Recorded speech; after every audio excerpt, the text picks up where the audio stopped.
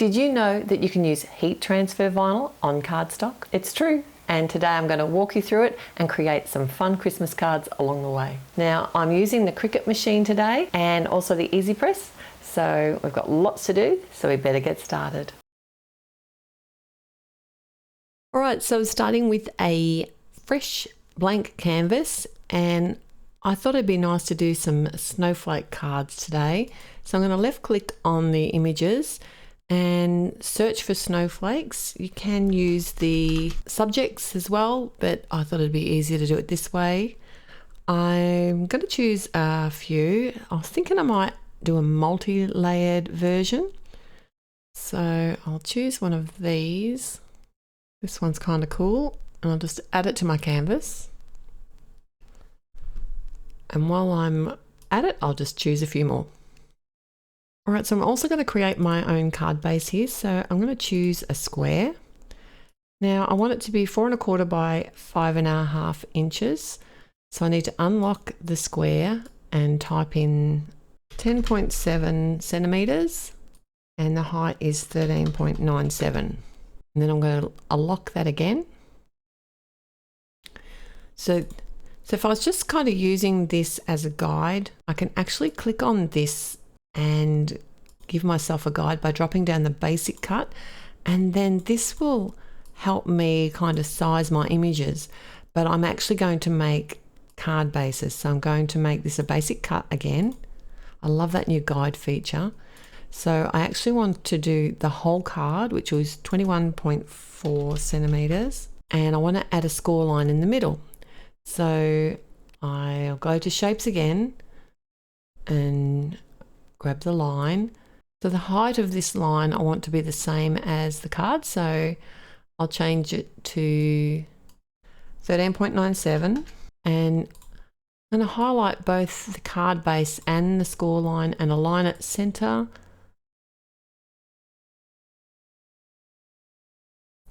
Now, these aren't attached at the moment, so if I did go to make it, it's not going to happen as one item, and I want them to stay together. So I'm going to highlight it and then go to the bottom right here and attach. I'll just highlight the section and I'll change it to a light grey, just to make it easier for me. So this is my basic card shape now. Now let's start with the snowflake. It's going to be easy if I arrange this by sending my card base to the back, and then I can highlight it. I can either type in to change the size or just use my corner arrows to resize this snowflake. It's a layered snowflake, so it's pretty cool.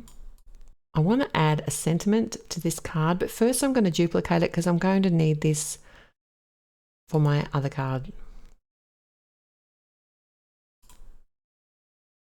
If these images bother you when you're creating, you can highlight them and it will give you a grey box. You'll know that's the one you want to hide. So you just click on the eye icon to hide them while you're working on one so that it doesn't get confusing. All right, so let's add some simple text.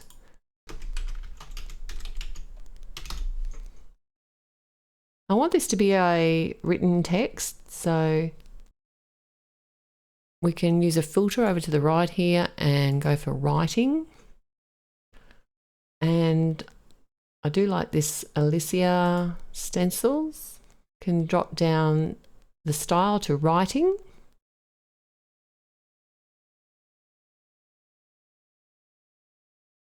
Change the operation to pen.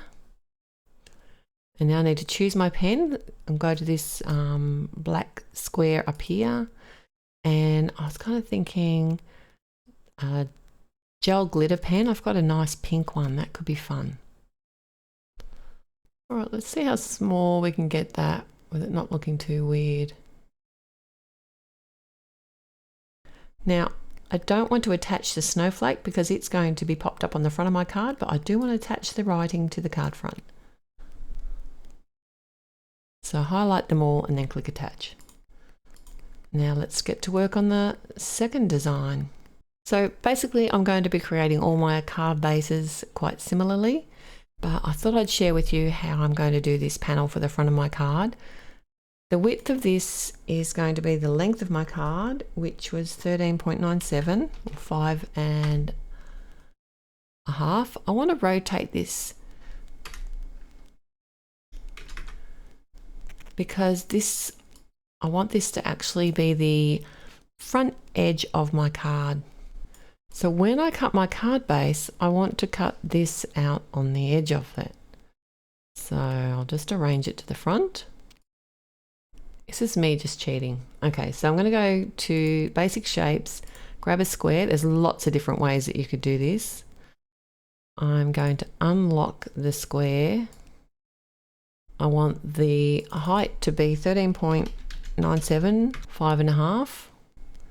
So I'm going to add another score line. The height of this one's going to be 13.97. And I want to put it where the other score line is there. Hide that for a moment.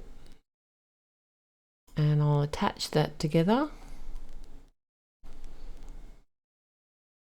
So I want these to join. So they need to be the same color. So I'm going to color sync this, and I'll have to align them by highlighting them both and align the top.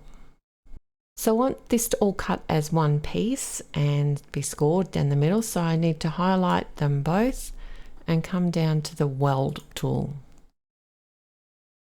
And that's just taken that other cutting line away that was there. Okay, so I've imported this image and I only want to use the word snow. So it's really easy to get rid of the lines and the circle because they are separate pieces. So I can just come over and hide them with the eye icon. So this image here, I will duplicate so that I've got the original version of it if I ever wanted to do that. And I'll hide one of them. But this is all one piece. So I want to remove the let it. And it's not hard to do. Just go to your shapes and pick a shape that will cover the section. You might need to do it a couple of times, or you can add a little bit of an extra shape. Doesn't really matter what it is, as long as it covers the bit that you want to cut away. I can actually join those together. So what I want to do here is highlight both at the same time and then slice. And what that's going to do is actually slice through all of those layers and separate it, because basically it cut it away. It's a really great way to alter existing images. And I don't want any of these, so I'll just delete that.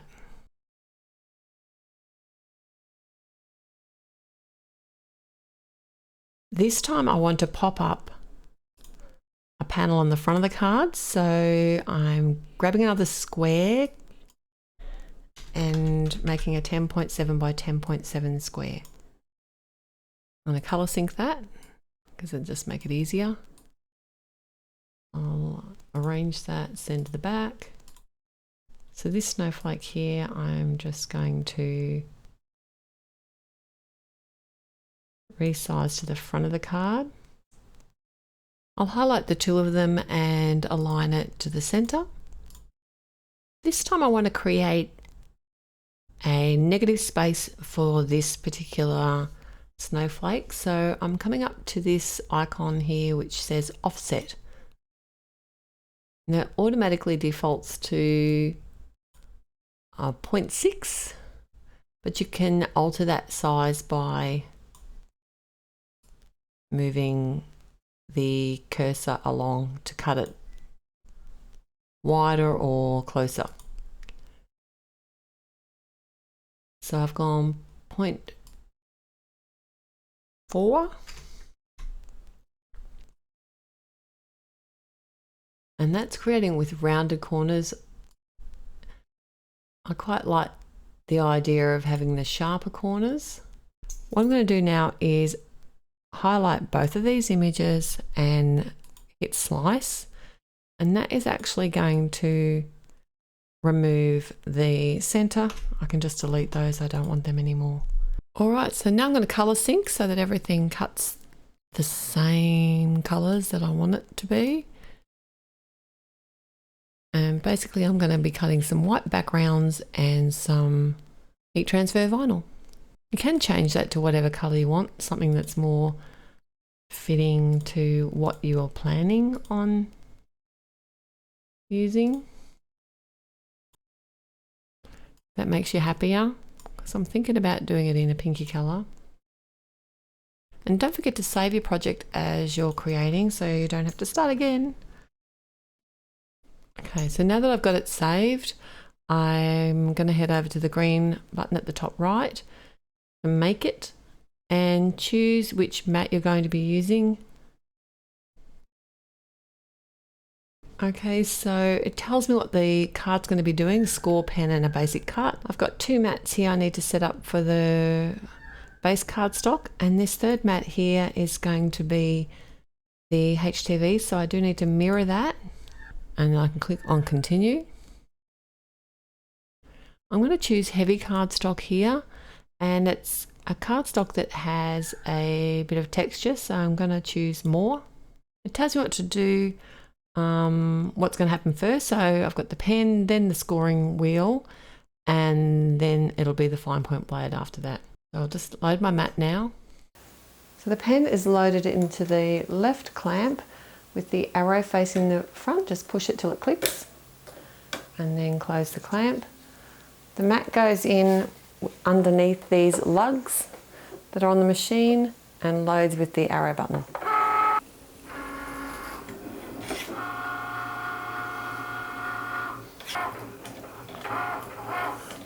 So I went ahead, followed all the prompts, cut out all my card bases, did all the writing that I'd already laid out on the card fronts, as well as scored the actual card bases as well. I did have a little mishap with my snowflake word with the gel pen. It kind of skipped a little bit, but I'm going to show you how I fix that in just a moment. And I just want to give you a little tip here. When you're removing the cardstock from the mats, to prevent the cardstock from curling, actually roll the mat away from the cardstock. Don't pull the cardstock up off the mat. All right, so I used the light grip mat for the cardstock, and I'm using the standard grip mat to cut my HTV. And so this is a holographic iron-on HTV, or heat transfer vinyl, and it's from the Berry Sorbet sampler, and I chose the pink version. There's 3 different colors in the set and they're all beautiful, and the best thing about them is that they kind of reflect in different lights, which is also the worst thing about them when it comes to photographing them. So when I'm weeding out the HTV, I like to remove the larger portions first. I also have an older Cricut mat here that I lay them down on to keep them nice and still while I'm using my weeding tool to remove the smaller pieces. And this just takes a little bit of time, not too long. These weren't too intricate, these 3 images that I'm using for the card. All right, now here's the fun bit. We're going to be adding these images to cardstock. Now you can use any of the EasyPresses, but the EasyPress Mini is probably going to be the best version if you've got one, purely because of the size of it, and you're not heating up your whole cardstock, and it's easier to move the heat around because you only need the lowest setting. You also need constant movement and for 25 seconds. So I did that to all the pieces of the HTV onto the one was on the card front and the other was on this cut background, but the last one, I'm using some heat resistant acetate, and I want to make a shaker, and I thought it'd be fun to have this holographic snowflake image on the front of a shaker card. How cool is that? Now before you remove the release paper, you do need to let it cool down.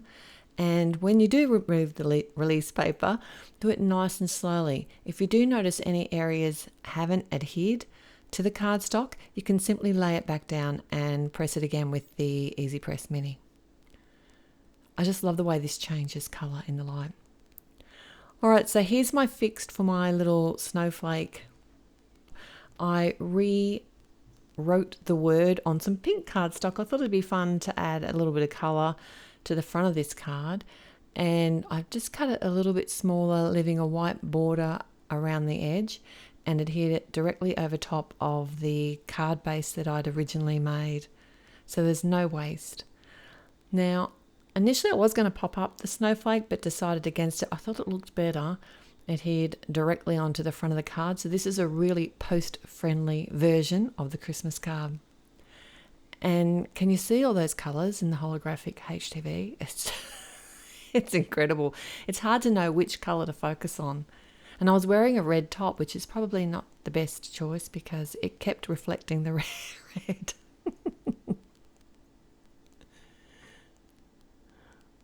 So my second card has the decorative front panel, and I just used the score lines and a Teflon bone folder to make those nice and crisp.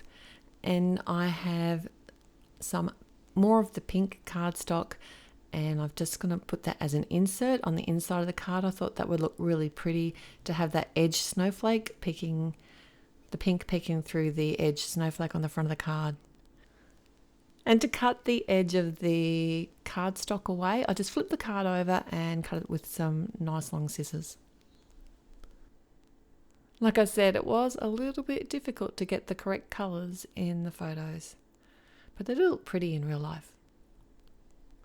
If you hold on tight, I do have another version coming up. Alright, so now here's my shaker. How cool is this window? That offset tool made the perfect cut around the edge of the snowflake with minimal effort at all. The hardest part was me having not cut the acetate small enough. So I had to come in and cut that away with a pair of scissors and hopefully not cut the cardstock while I was doing it. I've added some more pink cardstock onto the front of my square card. I did make one of these cards a 4 1/4 by 4 1/4 square, and I added some twinklets, which is glass glitter, and awesome for a shaker card. You don't need too much space for it to shake in because they're not very big. And I created a well just with some thin foam tape. This is 1/8 of an inch wide, so it's perfect for this card. How pretty is that pink holographic on the pink background?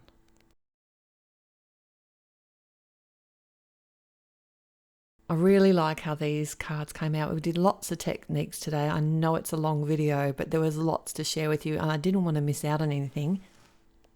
Especially how easy it is to change things up and recreate the same cards, kind of the same, with minimal effort at all. And this time we're in black and white.